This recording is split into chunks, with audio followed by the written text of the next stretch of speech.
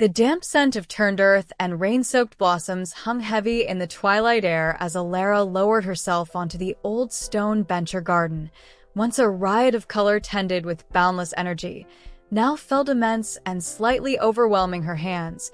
Once nimble, rested stiffly in her lap, the knuckles swollen reminders of years past loneliness, a quiet but persistent companion since Henry's passing, seemed to deepen as the shadows lengthened. She watched the first fireflies blink hesitantly. In the lavender hedge, their tiny lights echoing the stars beginning to pierce the indigo sky, the silence felt profound, broken only by the distant hoot of an owl settling into the ancient oak at the garden's edge. She missed the shared silences, the comfortable companionship that needed no words. Her gaze drifted downwards, drawn to a subtle movement near the base of a cluster of hostas, a single garden snail. Its shell, a delicate swirl of amber and brown, was beginning its nightly journey. It moved with a serene, unhurried grace that seemed to defy the world's frantic pace. Elara leaned closer, her breath stilling. A thin, shimmering ribbon of silver trailed behind the small creature, catching the last faint glow of dusk like liquid moonlight on the dark soil. It wasn't just a slimy path, it was a luminous signature, intricate and deliberate. She watched, mesmerized, as the snail navigated a fallen petal, its trail looping in a soft, elegant curve before continuing its steadfast path towards the dew-kissed lettuce leaves. There was a silent poetry in its persistence. Night deepened, wrapping the garden in a velvet cloak. Elara began returning to her bench each evening, drawn less by the fading blooms and more by the silent architects of silver. She discovered not one, but many snails, a small colony living beneath the broad rhubarb leaves and behind the cool stones of the rockery. Each left its own distinct trail. Some trails were broad and confident, etching bold paths across flagstones.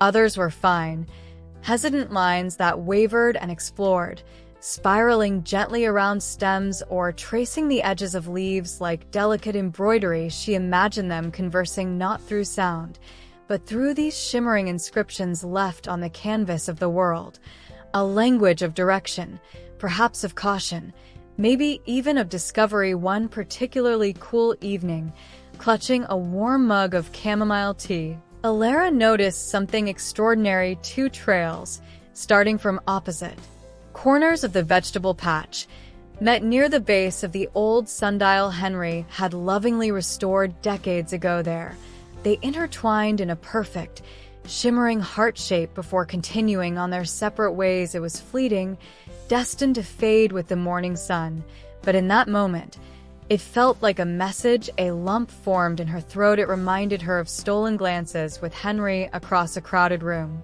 of their hands brushing while weeding side by side, of a lifetime of unspoken understanding. Woven into the ordinary fabric of their days, the silent language of the snails spoke directly to her own quiet heart. Driven by a newfound fascination, Elara started sketching the patterns she observed in a weathered notebook. She noted how trails thickened near favored feeding spots, how they avoided dry, sun-baked paths, how they often converged near the dripping tap. She forgotten to turn off fully. She began leaving little offerings, a particularly juicy cucumber peel, a shallow dish of water shielded by a leaf, a sprinkle of crushed eggshells for their delicate shells. It was a small ritual, a silent pact with these gentle creatures. She found herself whispering to them sometimes, her voice soft in the still air, sharing small memories of Henry or commenting on the weather. Their unhurried presence became a deep, grounding comfort. Weeks turned, marked not by calendars, but by the evolving silver inscriptions on her garden paths. One crisp autumn morning, her grandson Leo visited, bursting with 10-year-old energy. "Grandma, what's all this shiny stuff?" he exclaimed, pointing at a complex network of trails glittering with dew on the flagstones. Instead of dismissing it, Elara sat him down on the bench. She showed him her notebook, explained the different trails, and pointed out a small snail just beginning its ascent up a tall sunflower stalk. She spoke of their quiet lives, their delicate strength, and the beautiful, temporary art they created. Leo listened, his initial disgust replaced by wide-eyed wonder as he traced a particularly intricate trail with a careful fingertip. It's like secret writing, he breathed, captivated by the luminous script revealed by the dawn light that night. After Leo had gone home buzzing with plans to build a snail sanctuary, Elara sat on her bench under a sky thick with stars. The garden felt different. The loneliness was still there, a familiar ache, but it was no longer a vast, empty space. It was filled now with the silent, luminous conversations of her small companions, watching a snail patiently make its way along a moonlit stem, its trail glowing faintly.